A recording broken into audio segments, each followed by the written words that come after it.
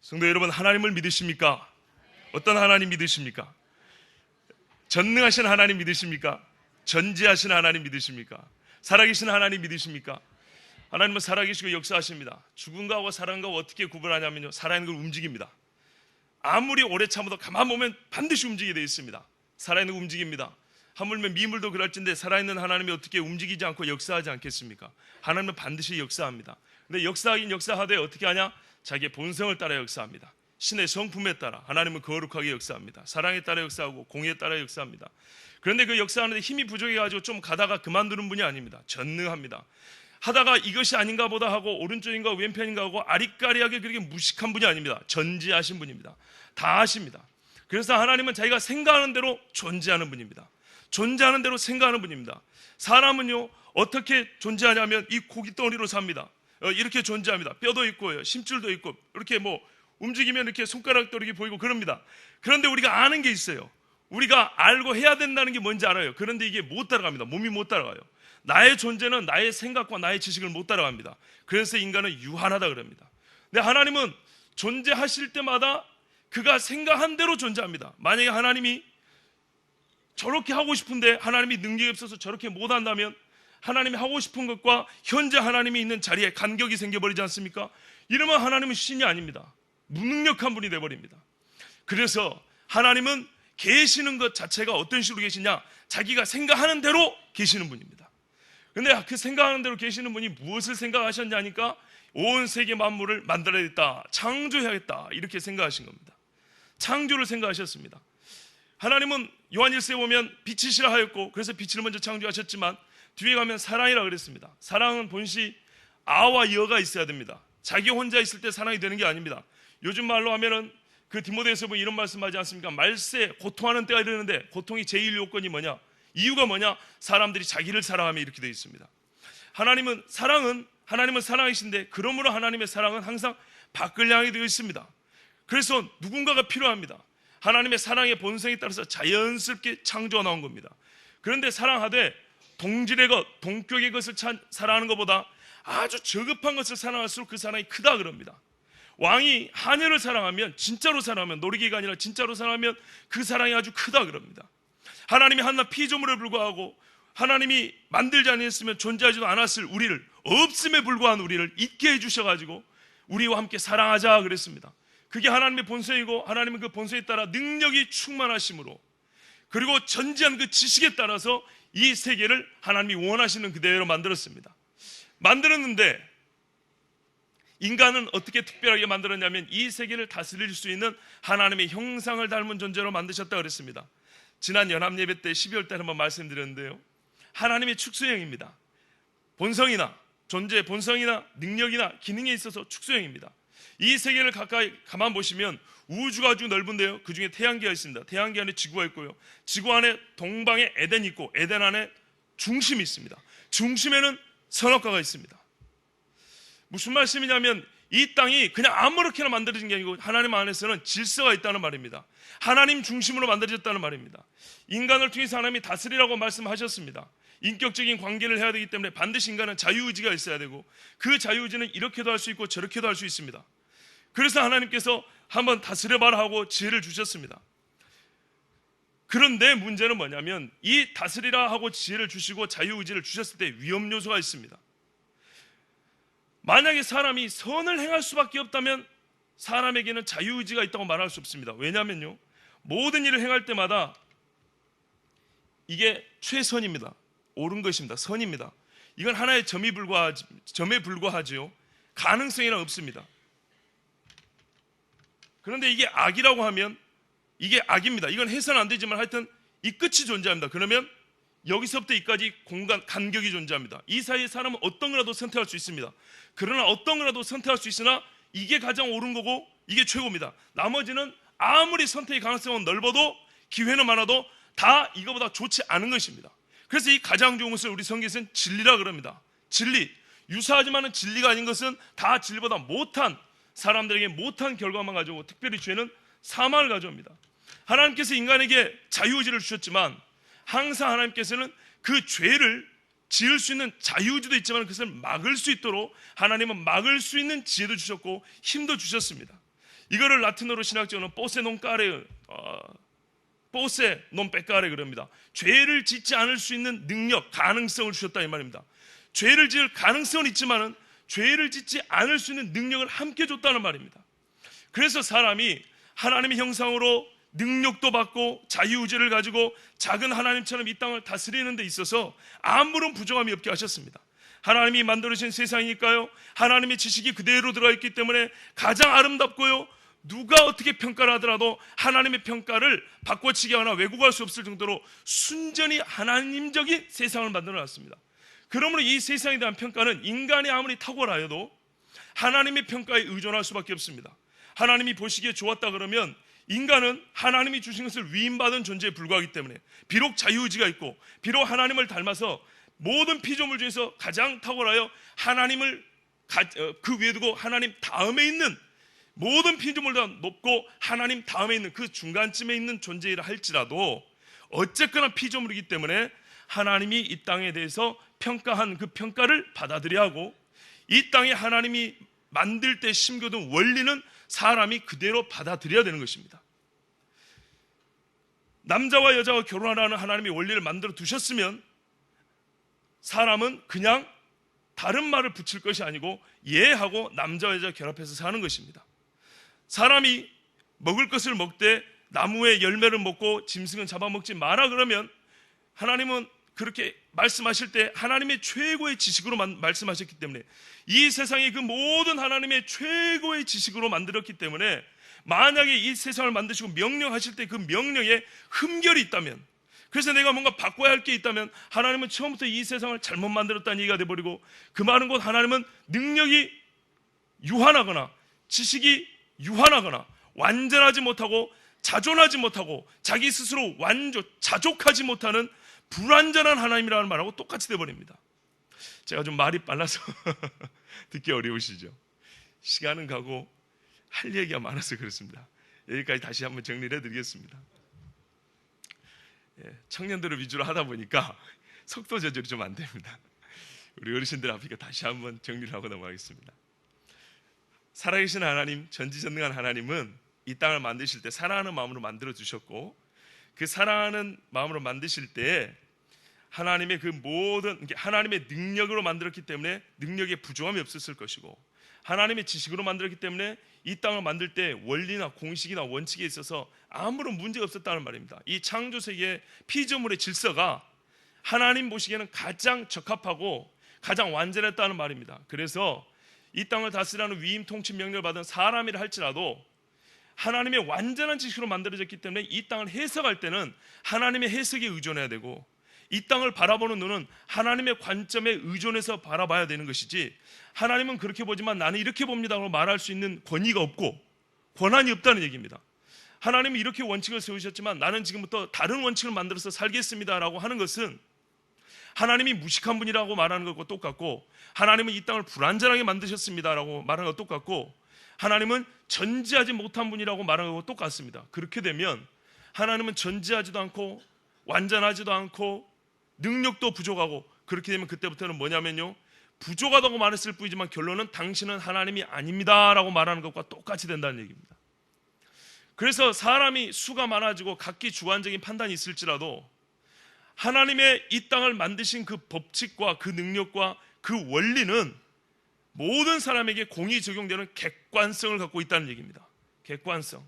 모든 사람이 시대가 흘러도 철저하게 하나님의 그 능력과 그 지식에 의존해서만이 이 땅을 살아갈 수 있는 지식도 가지고, 또 이 땅을 바라볼 수 있는 바른 관점도 가지고 해석할 수 있는 눈도 가지게 되는 것처럼, 하나님이 절대적인 이 땅의 주권자, 말 그대로 만유의 주, 만군의 주로서 이 땅을 다스리신다는 말씀입니다.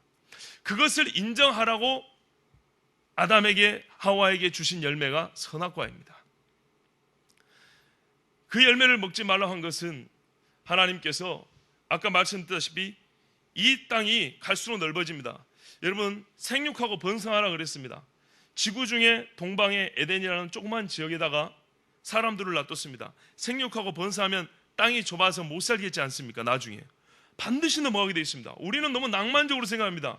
어느 공원에서 그 가족들이 두 식구만 몇 식구만 살쪄서하는데 애를 얼마나 많이 낳은지 모르는 수백 년 동안 살면서 금방 에덴 동산을 넘어갑니다. 금방 동산을 넘어가고 에덴을 넘어가고 강 따라 물 따라 많이 흩어져 살게 됩니다. 하나님이 처음부터 명령한 게 그것입니다. 땅에 충만하라. 그러면 사람은 어떻게 될까요? 자연스럽게 이 땅의 통치자가 누군지 잊을 수밖에 없습니다. 보십시오. 능력이 자기 눈앞에 보이는 것들 중에 자기보다 능력 있는 놈이 하나도 없어요. 호랑이 사자도 사람의 손에 명령에 복종할 뿐이지 호랑이가 사람을 다스린다거나 무슨 영화처럼 짐승이 사람을 다스리는 게 아니란 말이죠. 사람보다 똑똑하고 사람보다 능력 있는 존재가 하나도 없습니다. 보이지 않지만 오직 유일한 분 하나님밖에 없는데 하나님은 눈에 보이지 아니하고 생육하고 번성하고 흩어져 사는데 아담은 에덴 동산에 사는데 그 10대 후손은 저기 태평양 건너고 남극에 산다고 합시다. 그러면은 이 땅을 누가 다스리는지 알 게 뭡니까? 사람은 자기밖에 높은 존재가 없는 거로 반드시 그 본성에 따라 자기의 형상을 만들고 자기를 섬기라고 하는 것이 분명합니다. 그래서 하나님께서는 이 땅의 중심에 마치 지성소를 세운 것과 같이 동산 중앙을 지정하시고 거기에다가 나무 두 그루를 세운 다음에 이 나무가 바로 내가 너희에게 이 땅을 줬다는 표시고 너희가 아무리 뛰어날지라도 기껏해야 나의 형상일 뿐이지 나 자신 곧 하나님을 아니라는 나와 너 사이의 간격이다 하고 보여주신 게 선악과입니다. 아무리 인류가 번성하고 아무리 문명이 발달하고 아무리 사람들의 기술과 공학이 발달하고 할지라도 절대로 넘을 수 없는 선이 있다는 것, 이 땅의 주권자가 하나님이라는 것, 최후의 선악이 뭡니까? 단순히 좋고 나쁨의 정도 아닙니다. 모든 이 땅의 원리는 하나님의 지식으로 하나님의 능력으로 만들었기 때문에 최종적인 판단의 권위는 나에게 있다는 말입니다. 아무리 인간이 뛰어나고 아무리 인간이 자기 세상인 것처럼 떵떵거리며 살아도 너희에게 이 땅을 판단할 수 있는 권위를 준 적이 없다. 너희는 피조물이지 창조주가 아니다는 이 상징이 선악과입니다.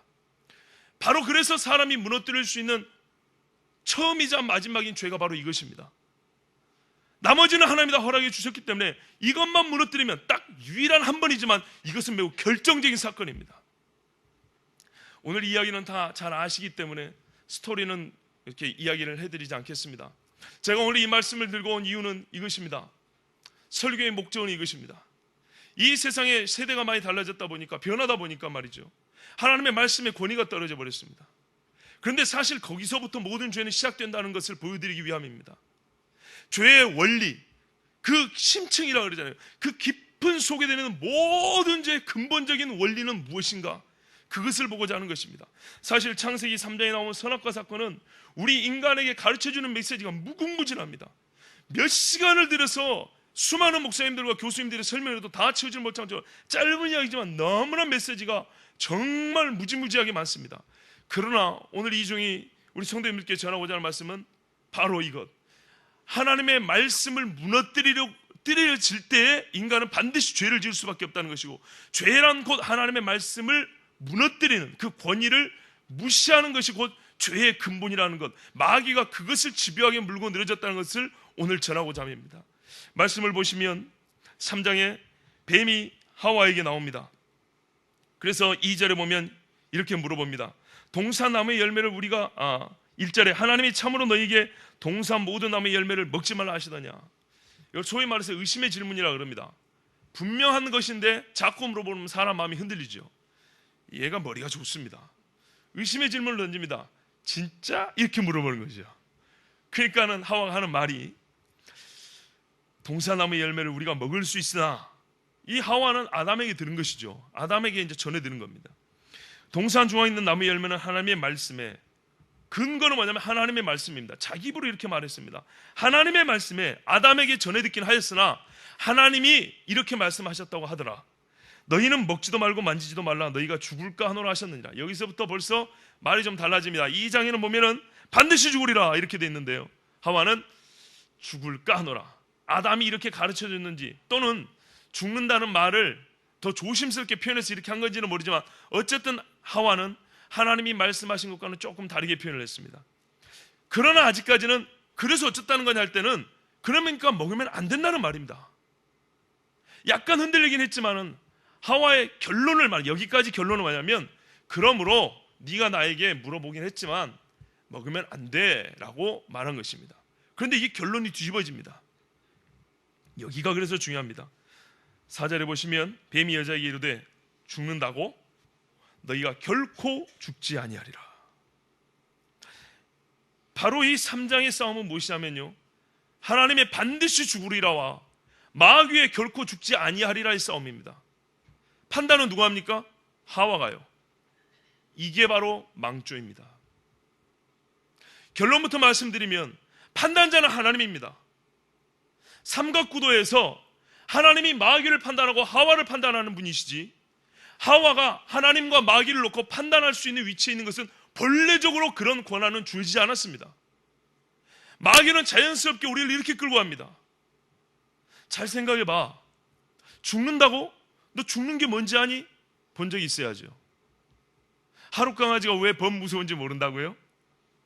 하루밖에 안 살아서 범을 못 봤습니다. 무서울 수가 있어야죠.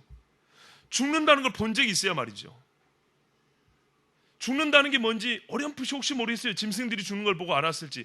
그러나 인간이 죽는다는 것, 자기가 죽는다는 것, 자기 가까운 사람이 죽는 걸 경험해 본 적이 없으니 모르겠습니다. 겁을 상실했는지. 하여튼 결코 죽지 아니하리라. 여기에 마귀가 한마디 더 합니다. 너희가 그것을 먹는 날에는 너희 눈이 밝아져 하나님과 같이 되어 선악을 알 줄 하나님이 아심이니라. 보십시오. 사람에게는 하나님이 선택의 범위를 지정해 주셨습니다. 오직 유일하다. 내 말만 들으라. 왜? 하나님이 처음부터 완전하게 지어놨고 하나님의 부족함이 없는 지식으로 가장 아름답게, 가장 질서정연하게, 가장 서로 모순이 없고 왜곡이 없고 가장 적절하게 만들어놨기 때문에 여기서 어떤 원칙을 바꾼다거나 질서를 앞뒤를 바꾸는 것은 그것이야말로 하나님을 무시하는 거고 하나님을 부인하는 것과 똑같다라고 분명히 말씀해 주신 겁니다. 하나님을 부인하는 행위가 똑같기 때문에 네가 죽는다 그런 것입니다. 그런데 마귀는 보기 2번 이렇게 말한 겁니다. 우리에겐 처음부터 보기 1번밖에 없는 겁니다. 믿음의 사람들에게는 하나님의 말씀이 절대적인 권위입니다. 권위란 어떤 사람이 이렇게 말했습니다. 권위란 우리에게 명령하는 그 권위자가 스스로 권위에 근원된다는 것을 인정할 때야 권위다 그랬습니다. 이게 무슨 말이냐면 들어보고 한번 생각해 볼 게는 그건 처음부터 권위가 아니란 말입니다. 무조건 내가 권위자라고 생각하는 사람이 해 하면 이유 불문 예 할 때 그것이 권위를 인정하는 것이다 이 말입니다.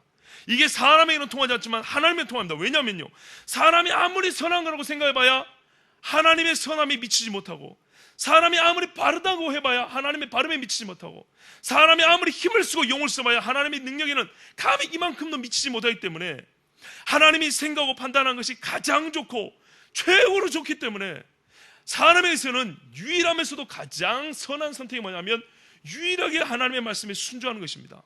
그리고 처음부터 하나님은 그럴 권위를 갖고 계신 분입니다. 그런데 마귀는 이렇게 말합니다. 잘 생각해봐. 그게 아닐 수 있어. 하나님 1번, 내가 하나만 다른 이야기 한번 해볼게. 잘 들어봐. 혹시 네가 이게 납득이 되면 내 말을 따라주면 좋겠어. 2번을 제시합니다. 죽지 아니하리라. 그리고 1번이 틀렸다는 것을 이렇게 또 설명을 합니다. 하나님이 결코 죽는다 그랬지? 그거 거짓말이고 죽지 않아. 대신에 하나님이 죽는다는 말이 거짓말인데, 왜냐하면 그것을 먹으면 네가 선악을 알아서 하나님과 같이 될 것 같아서 하나님이 먹지 말란 거야. 이 말 아주 교묘한 게 들어있습니다. 하나님의 말과 마귀 자기의 말을 동격이 나버리는 겁니다. 둘 중에 하나 택하라는 얘기입니다. 너는 중립에 있으면 돼. 우리는 가끔 그런 오해를 합니다. 나는 중립에 있어. 중립에 있어 하지만은 하나님의 말씀에서는 중립이라는 게 곧 거역이라는 걸 아셔야 됩니다. 하나님의 말씀과 마귀의 말을 나는 중립입니다. 하나님, 내가 지금 듣고 평가하려고 아직 결정 안 했습니다. 나는 지금 듣고 있는 중입니다. 틀렸다. 처음부터 마귀의 말은 들으라고 허락한 적이 없으며 처음부터 내 말을 다른 의견과 견주어서 비교해보라고 허락한 적이 없다. 내가 분명히 죽는다 하면 죽는 것인데 마귀든지 사람이든지 누구든지 간에 안 죽는다고 말해서 그것을 내가 비교해보고 평가해보고 한번 검토해보고, 그 말은 곧 무슨 말입니까? 하나님의 신의 음성이 마귀의 음성과 똑같은 가치를 갖고 있다는 얘기입니다. 성경 말씀에 가늠하지 말라 그랬는데 친구들이 하는 말이 야, 요즘에 그런 애들이 어딨어? 다 그냥 뭐 여관 가고 그러는 거야. 그래, 한번 생각해 볼까? 하나님의 말씀의 권위는 그 사람에게 없는 겁니다. 안식일을 기억하여 거룩히 지키라 하는데 뭐 요즘에 살다 보면 뭐 어길 수도 있는 것이지. 그렇지, 뭐 그런 것 같아. 그래도 뭐 교회 다니는데 지장 없고 구원받지. 틀렸습니다. 이 세상의 풍조와 다른 사람들이 하는 말을 처음부터 안 하면 비교하라고 하나님의 말씀을 비교의 대상으로 허락해 준 적이 없습니다. 이것이 오류입니다. 여기서부터 죄가 시작됩니다. 왜냐하면 사람은 항상 선택을 하고 삽니다. 의를 선택할 것인지 악을 선택할 것인지. 그런데 이 선택을 할 때 하나님은 항상 우리에게 바른 길을 분명히 가르쳐 줬습니다. 사람이 그 말씀에 분명히 순종했다면 절대적으로 아까 말씀드린 것처럼 최선의 길을 하나님이 가르치는데 이거를 처음부터 절대적으로 권위를 인정하고 순종했다면 이 다음에 수많은 가능성이 있지만은 저 끝에까지 이르지는 않았을지라도 이 최선의 차선 등에도 수에도 들지 못하는 등의 선택을 하는 그런 어리석은 일을 하지 않았을 것입니다. 하나님은 처음부터 그래서 가장 옳은 것이 무엇인지 알기 때문에 선택을 허락하지 않았습니다. 이게 하나님의 절대적인 권위입니다. 하나님의 존재에서부터 나옵니다. 왜냐하면 하나님은 그렇게 말씀하실 때 하나님의 완전한 지식으로 말씀하셨기 때문입니다. 이 말을 할 때 이 말을 하고 이 말을 듣는 자는 분명히 이 말대로 살 것이고 내가 이 말을 할 때 이 말을 듣지 않는 자는 분명히 이 말이 말한 저주를 받을 것이라는 게 하나님의 지식이고 하나님 그 지식에 따라 살아가시기 때문입니다. 그런데 마귀가 이렇게 말했습니다. 선택해라. 둘 중에 하나. 1번, 2번. 보기 1번, 2번. 여기서부터 죄는 시작됩니다. 마귀는 우리에게 꽤나 공정하고 중립적이고 객관적인 위치에 우리를 놓는 것처럼 우리를 떠받들어 주는 것 같지만 그것이 아닙니다. 그것이 바로 하나님을 처음부터 권위 자리에서 끌어내려서 땅바닥에 기어다니는 뱀새끼하고 똑같은 자리에 놓고 하나님의 말을 따져보라는 얘기입니다. 처음부터 그러하니 모든 말씀이 이제부터는 살아갈 때 어떻게 합니까? 이 세상의 친구들은 뭐라 하더라? 부모님은 뭐라고 하더라? 선생님은 뭐라고 하더라? 항상 하나님의 말씀과 비교하고 비교하다 보면 여러분 몇 할이나 몇 퍼센트나 하나님의 말씀에 순종하게 되던가요? 50%는 하나님의 말씀에 순종하게 되던가요? 처음부터 작정하고 내가 하나님의 말씀에 순종하리라 해봐야 50% 작정하고 따를까 말까입니다.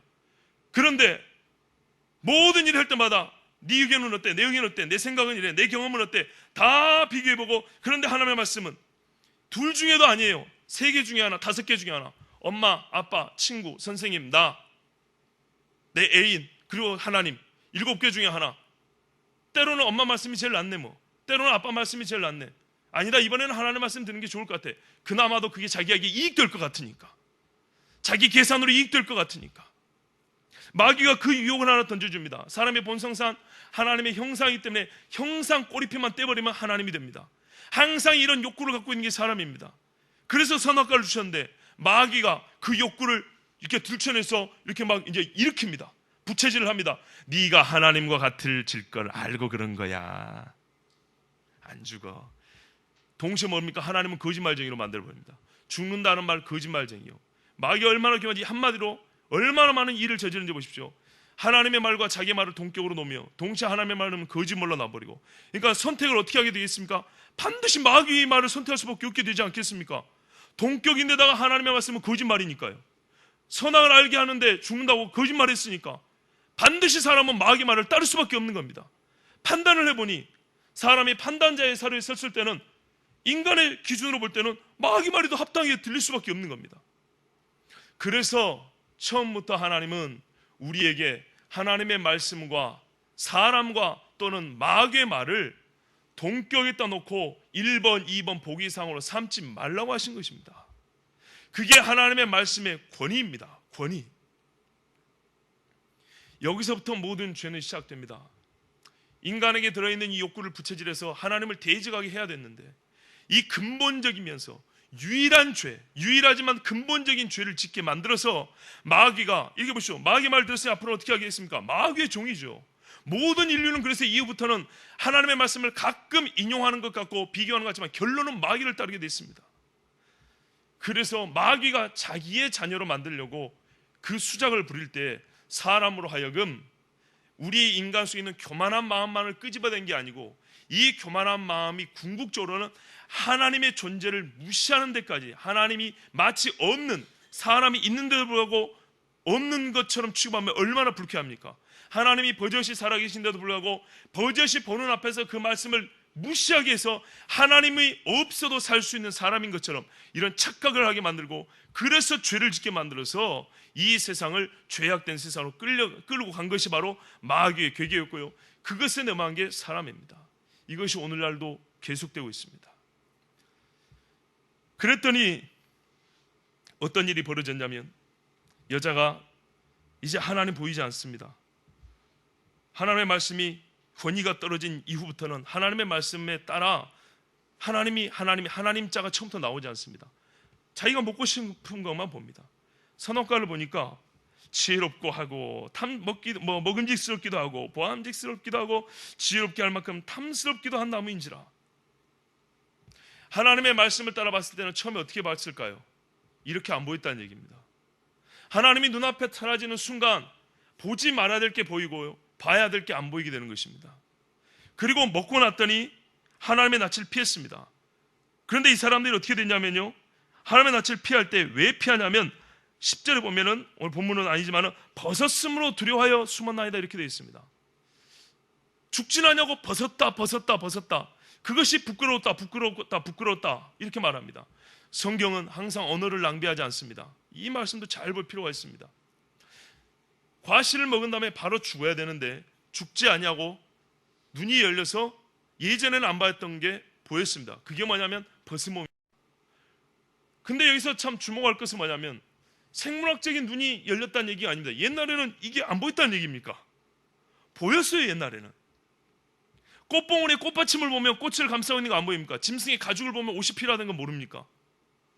사람이 옷을 안 입고 살아도 예전에는 아름답다 그랬지 부끄럽다고 느낀 적이 한 번도 없습니다. 외형적으로는 변한 게 없습니다. 달라진 게 뭔가요? 눈이 달라진 거예요.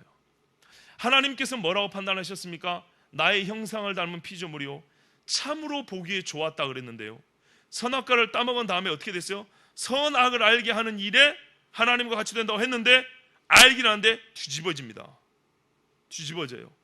이 몸을 보는 순간 부끄러워집니다. 원래 이게 부끄러운 몸이 아니거든요. 무슨 말입니까? 하나님이 태초에 이 땅을 만들 땐 그 태초에 하나님의 신성이 들어있던 것들이 마귀의 악성으로 바뀌어버렸다는 겁니다. 보는 눈이, 하나님이 주신 이 사물을 해석하는 눈, 보는 관점이 이제는 마귀적으로 바뀌어버렸다는 겁니다. 이것이 죽음이 아니고 무엇입니까? 하나님이 만들어둔 것에 하나님이 보이지 않고 이제는 마귀가 보는 시각을 가지고 마귀가 보고 해석하는 것처럼 사람이 똑같이 그렇게 보고 해석이 됐다는 겁니다. 혼인을 귀히 여기고 침소를 더럽히지 말라고 그랬습니다. 하나님의 형상인 딸로 보는 것이 아니라 한밤중에 놀잇감으로 사람을 보게 되는 것은 하나님의 시각입니까? 마귀의 시각입니까?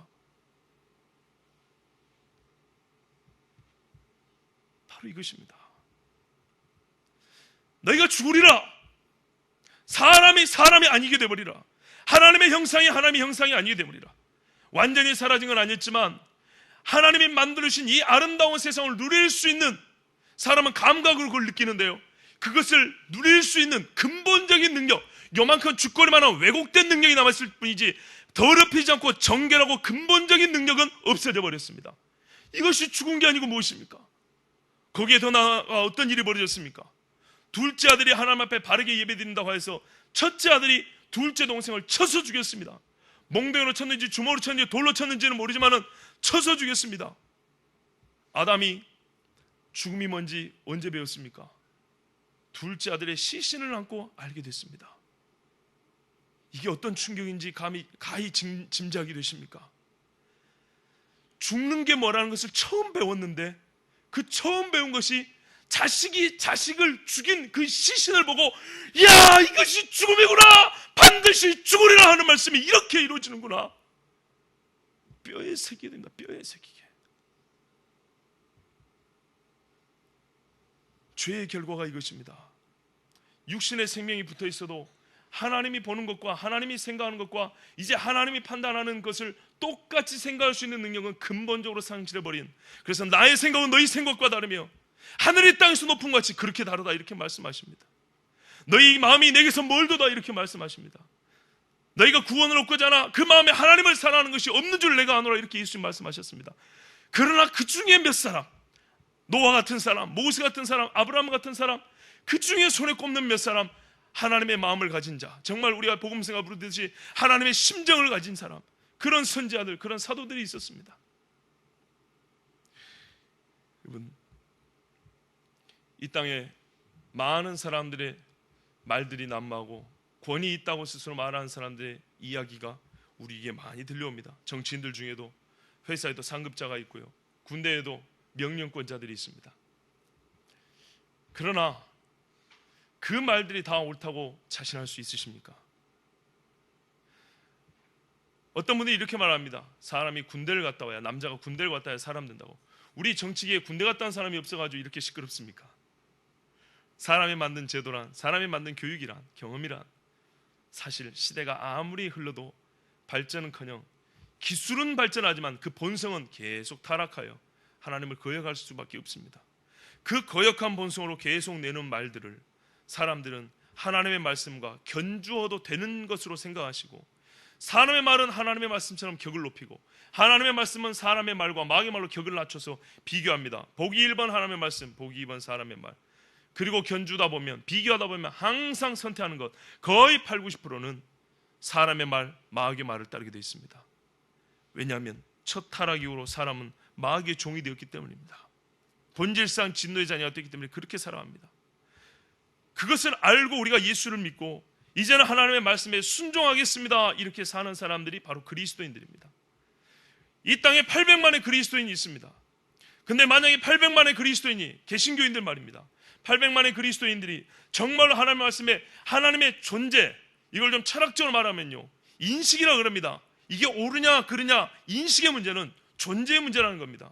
내가 이것을 선택하고 저것을 선택하고 이것이 옳은가 저것이 옳은가, 이렇게 사고의 과정은 하나님이 계시냐 없느냐에 따라서 완전히 달라진다는 얘기입니다. 마귀는 하나님의 존재를 빼놓고도 사람이 바른 결정을 할 수 있는 것처럼 착각을 시켜준 겁니다. 시편에 말하기를 어리석은 자는 그 마음에 이르기를 하나님이 없다 하도다 그랬습니다. 우리는 어떻게 아느냐도 중요하지만 무엇을 아느냐가 중요합니다. 무엇을 아느냐는 그 무엇의 근거가 되신 하나님의 존재가 반드시 먼저 살펴져야 되는 것입니다. 그런데 이 마귀는 무엇을 아느냐보다 어떻게 그걸 알게 되는데, 어디서 써먹을 건데, 실용주의적인 것들, 이런 방법적인 것들, 이런 것들을 자꾸 우리에게 이게 부추깁니다. 그래서 그 모든 무엇의 근원 대신 하나님을 생각하지 않고 그 무엇은 빼놓고도 우리가 바른 선택을 할 수 있는 것처럼, 그래서 이 시대 많은 사상가들이 하는 말이 하나님 빼놓고 얘기하자, 성경 빼고 얘기하자. 신학자들도 말입니다. 논문 발표회라고 이렇게 이제 그 학회가 있습니다. 어떤 신학자들이 논문 발표할 때 성경 어디에 말하면 보면은 이렇게 돼 있습니다. 이렇게 이제 근거를 들어서, 신학자니까 성경을 근거로 얘기를 하면 어떤 신학자가 그런답니다. 누구누구 교수님, 그런데 우리가 왜 언제까지 성경을 가지고 얘기를 해야 됩니까? 신학 교수가 그렇게 말해요. 신학 교수들끼리 서로 의견을 주고받을 때 성경에 보면 이렇게 나와 있습니다 말하면 아 그래요 하고 받아들여야 되는데, 또 다른 교수가 하는 말이 우리가 왜 성경을 가지고 이런 이야기를 해야 되죠? 이렇게 말한다니까요. 실명은 제가 까먹었지만은 연세대 신학과 교수를 역임했던 교수가 있는데, 이분이 뭐라냐면 인실 짓고 있어요. 나 예수 안 믿었다. 나 박사학위 논문 쓸 때 성경 한 구절 인용한 적이 없다. 성경 한 구절 쓰지 않고 박사학위 논문 썼는데 잘 썼다고 교수 시켜주더라. 근데 내가 나중에 진짜 회심하고 예수쟁이가 되고 보니 이것은 정말 하나님 앞에 죄악된 짓이었다고 고백을 했습니다. 그런 세상입니다. 목회자를 양성하는 신학교에서도 성경대로 믿으면 웃어버립니다. 천국 지옥 얘기 안 합니다. 아셨습니까? 그 사실 아셨습니까? 기도탑에서 기도 열심히 하는 전도사들 웃습니다. 저 새끼는 보수 꼴통이라고. 보수는 뭐고 진보는 뭡니까 도대체?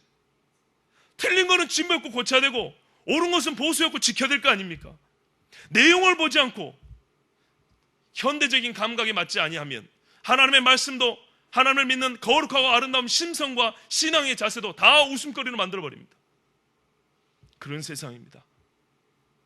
마귀에게 선택권을 주고 마귀는 우리에게 심판할 수 있는, 그러니까 마귀에게 보기의 자리를 하나 내주고 우리는 어느덧 마귀가 선물해준 심판 자리에 서서 하나님의 말씀이 옳은가 마귀의 말이 옳은가, 꽤나 중립적이고 객관적이고 양심적인 것 같으나 처음부터 그것은 우리의 양심을 믿을 게 아니고 우리의 지식을 믿을 게 아니고 하나님의 절대적인 지식과 하나님의 절대적인 우주를 창조하신 창조주의 권위를 인정해야 될 것인데, 그러하지 못할 때 신학도 무너지고 교회도 무너지고 신앙인들의 삶도 무너집니다.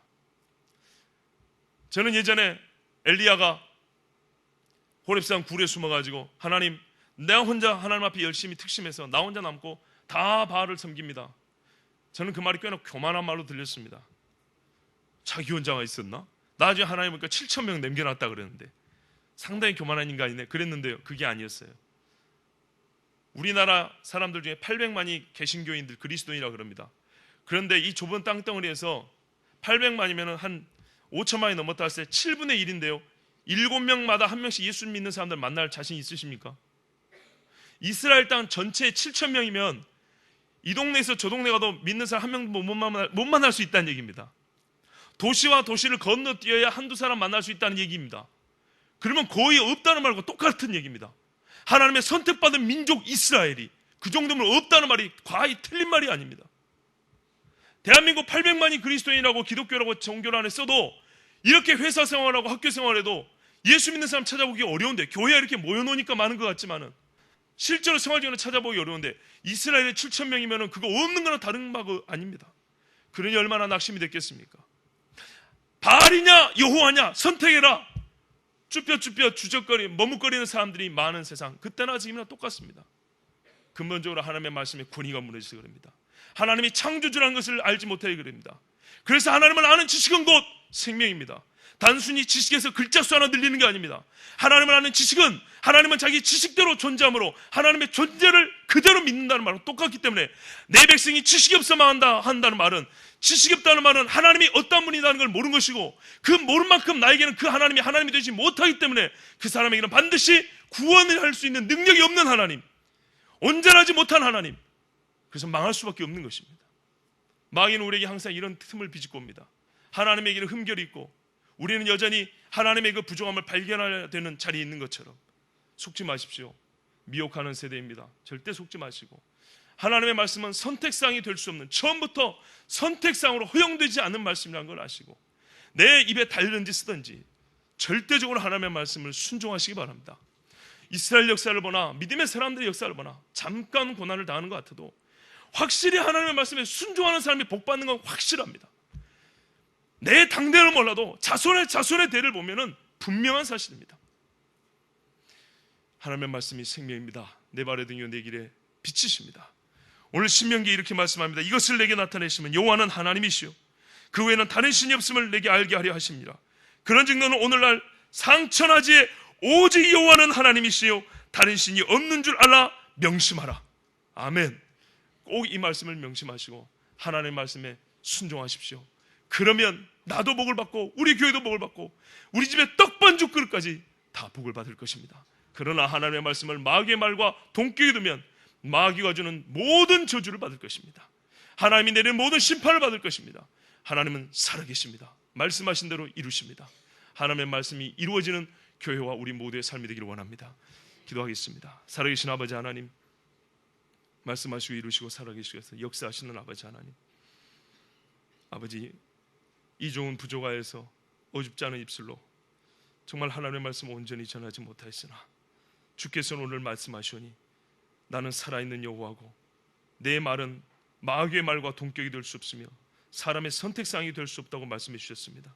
절대적인 하나님의 살아계심이 분명하다면 절대적인 하나님의 말씀의 권위를 인정하고 입에 달든지 쓰든지 고난이 오든지 복이 오든지 정말로 하나님의 말씀에 절대적으로 순종하고 그 권위를 인정하여서 하나님이 살아계심을 나의 삶을 통하여 증거하는 우리 모두 하나님의 자녀들 되게 하여 주시옵소서. 우리 주 예수 그리스도의 이름으로 기도하옵나이다. 아멘.